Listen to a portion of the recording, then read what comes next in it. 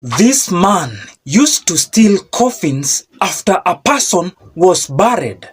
They will dig out graves in the middle of the night, get out the coffin and strip the person naked, then they will rebury this person.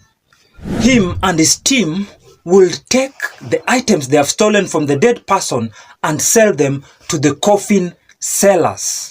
Him and his team of 8 men stole around 1,000 coffins. The name of this man is John Kibera from Nairobi, Kenya. John committed his first crime at the age of 9 years old, and he stole 150 shillings or $1 from his aunt in the year 1991. The reason why he was living with his aunt is because her mother had died. The aunt took John to the police station, and later on, John was presented in court and he was found guilty, then locked up for 6 years in prison.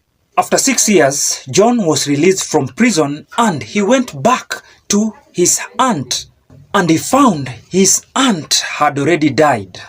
So he started living with his cousin or the son's aunt, and immediately the cousin or the son's aunt introduced him to crime.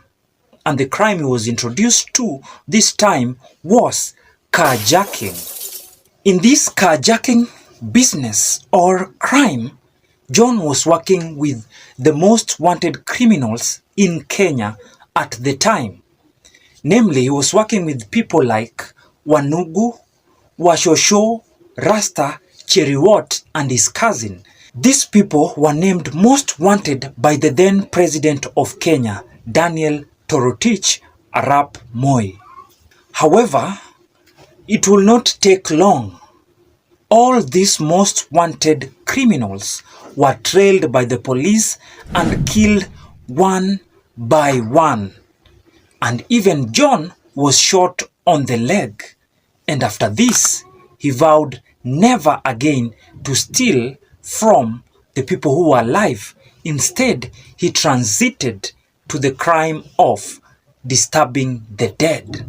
The main reason why John transited from stealing from the people who are alive to stealing from the dead is because one time John tried to steal a coffin and it started vibrating.